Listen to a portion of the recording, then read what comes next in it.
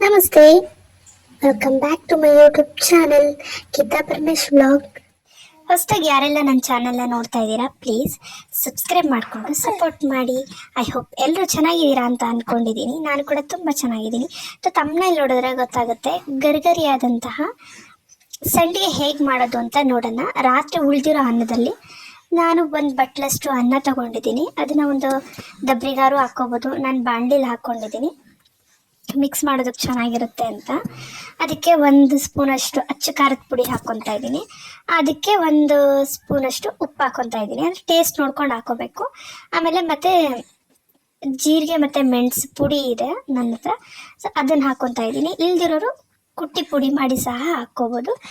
Taste ಆಗಿರುತ್ತೆ, ಚೆನ್ನಾಗಿರುತ್ತೆ ಅಂತ. ಇದಕ್ಕೆ ನೀರು ಯಾವುದೇ ಕಾರಣಕ್ಕೂ ಸಹ ಬಳಸ್ಕೊಡ್ದು, ಯಾಕಂದರೆ ಅನ್ನದಲ್ಲಿ ಆಲ್ರೆಡಿ ನೀರಿನಂಶ ಇದ್ದೇ ಇರುತ್ತೆ. ಸೊ ಅದಕ್ಕೋಸ್ಕರ ಒಂದು 2 ಸ್ಪೂನಷ್ಟು ಎಣ್ಣೆ ತೊಗೊತಾ ಇದ್ದೀನಿ. ಕೈಗೊಂದು ಸ್ವಲ್ಪ ಎಣ್ಣೆ ಮಾಡಿಕೊಂಡು ಈ ಥರ ಚೆನ್ನಾಗಿ ಮಿದ್ದಬೇಕು.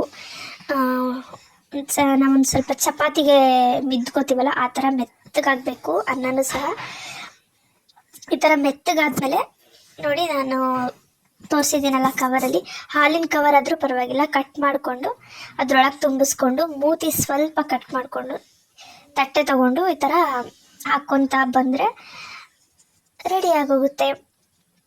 ಇದನ್ನು 2 ದಿವಸ ಒಳಬಿಸ್ಲಿದ್ರೆ 2 ದಿವಸ ಸಾಕು. ತುಂಬ ಬಿಸಿಲಿದೆ ಅಂದರೆ, ಈಗಂತೂ ಬೇಸಿಗೆಗಾಲ, ಬಿಸಿಲಂತೂ ಸಿಕ್ಕಾಪಟ್ಟೆ ಇದ್ದೇ ಇರುತ್ತೆ. ಒಂದು ದಿನದಲ್ಲೆಲ್ಲ ಒಣಗೋಗ್ಬಿಡುತ್ತೆ. ಇವತ್ತು ನಾವು ಮಾಡಿ ಬಿಸಿಲಲ್ಲಿಟ್ಟು ಸಂಜೆ ನಾವು ಕರ್ಕೊಂಡು ತಿನ್ಬೋದು, ರೆಡಿಯಾಗಿರುತ್ತೆ. ಸಂಡಿಗೆ ಮಾತ್ರ ತುಂಬ ಸಕ್ಕತ್ತಾಗಿ ಬಂದಿರುತ್ತೆ. ನೈಟ್ ಅನ್ನದಲ್ಲಿ ಮಾಡಿರೋದು ಅಂತ ಗೊತ್ತೇ ಆಗಲ್ಲ. ನೋಡಿ ಎಷ್ಟು ಚೆನ್ನಾಗಿ ಬಂದಿದೆ. ನಾವು ಇದನ್ನ ಎಷ್ಟು ಮುದ್ದೆ ಥರ ಕಲಿಸ್ಕೊಳೋದ್ರಲ್ಲಿ ಇರುತ್ತೆ, ಕಟ್ಟಾಗೋದಿಲ್ಲ. ನೋಡಿ, ಒಣಗಿಸಿದ್ರು ಸಹ ಕಟ್ಟಾಗಿಲ್ಲ. ನಾನು ಸ್ವಲ್ಪ ಚಿಕ್ಕ ಚಿಕ್ಕದಾಗಿ ಹಾಕ್ಕೊಂಡಿದ್ದೀನಿ. ದೊಡ್ಡದಾಗಿ ಹಾಕ್ಕೊಂಡ್ರೆ ದೊಡ್ಡದಾಗಿ ಬರುತ್ತೆ. ದಪ್ಪ ಎಷ್ಟು ಬೇಕೋ ಅಷ್ಟು ನೋಡಿ ಹಾಕ್ಕೋಬೋದು. ಈ ಒಣಗಿರೋದನ್ನು ನಾನೀಗ ಎಣ್ಣೆಗೆ ಹಾಕ್ತಾಯಿದ್ದೀನಿ. ನಾನೊಂದು ಬಾಕ್ಸಲ್ಲಿ ಹಾಕಿ ಮಡಿಕೊಂಡಿದ್ದೆ, ಅಂದರೆ ನಾನು ಅವತ್ತೇ ಮಾಡಲಿಲ್ಲ, ಮಾರನೇ ದಿನ ಮಾಡಿರೋದ್ರಿಂದ. ಫಸ್ಟ್ ಎಣ್ಣೆ ಕಾದ್ಮೇಲೆ ಒಂದೇ ಒಂದು ಮುರುಕು ಹಾಕಿ ನೋಡ್ತಾ ಇದ್ದೀನಿ ಎಣ್ಣೆ ಕಾದಿದೆಯಾ ಅಂತ. ಕಾದಿರೋದ್ರಿಂದ ಮತ್ತೆ ಎಲ್ಲ ಹಾಕ್ತಾಯಿದ್ದೀನಿ. ನೋಡಿ ಏನು ಚೆನ್ನಾಗಿ ಬರುತ್ತೆ ಗೊತ್ತಾ. ನೈಟ್ ಅನ್ನದಲ್ಲಿ ಮಾಡಿರೋದು ಅಂತ ಯಾರಿಗೂ ಅನಿಸೋದೇ ಇಲ್ಲ, ಅಷ್ಟು ಸೂಪರಾಗಿ ಬಂದಿರುತ್ತೆ. ಇದಕ್ಕೆ ಯಾವುದೇ ಕೂಡಿಸ್ಬೇಕು, ಬೇಯಿಸ್ಬೇಕು ಏನೂ ಇಲ್ಲ. ಇನ್ಸ್ಟೆಂಟಾಗಿ ನೈಟ್ ಉಳಿದಿರೋ ಅನ್ನೋದಲ್ಲಿ ಆರಾಮಾಗಿ ಮಾಡಿಕೊಂಡು ತಿನ್ಬೋದು. ಸೊ ನೀವು ಟ್ರೈ ಮಾಡಿ.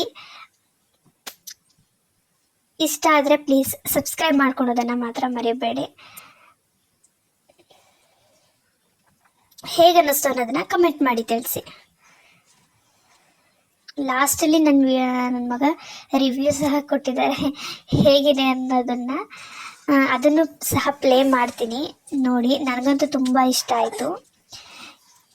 ನೈಟನ್ನು ಇನ್ಯಾವತ್ತೂ ವೇಸ್ಟ್ ಮಾಡೋದೇ ಬೇಡ ಅಂತ ಅನ್ನಿಸ್ತು. ಅಷ್ಟು ಈಸಿ ರೆಸಿಪಿ, ಏನು ಕಷ್ಟಪಡೋ ಥರ ಇಲ್ಲ, ಸೂಪರಾಗಿ ಬರುತ್ತೆ.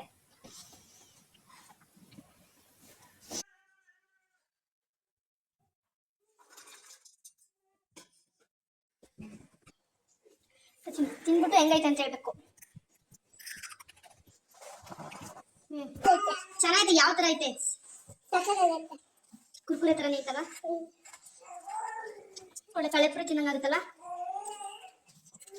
ಹೇಳು, ಏನ್ ತಿನ್ನಂಗಾಗುತ್ತೆ? ಕಳೆಪುರಿ ತಿನ್ನಂಗಾಗುತ್ತೆ. ಸಕ್ಕತ್ತಾಯ್ತಲ್ಲ.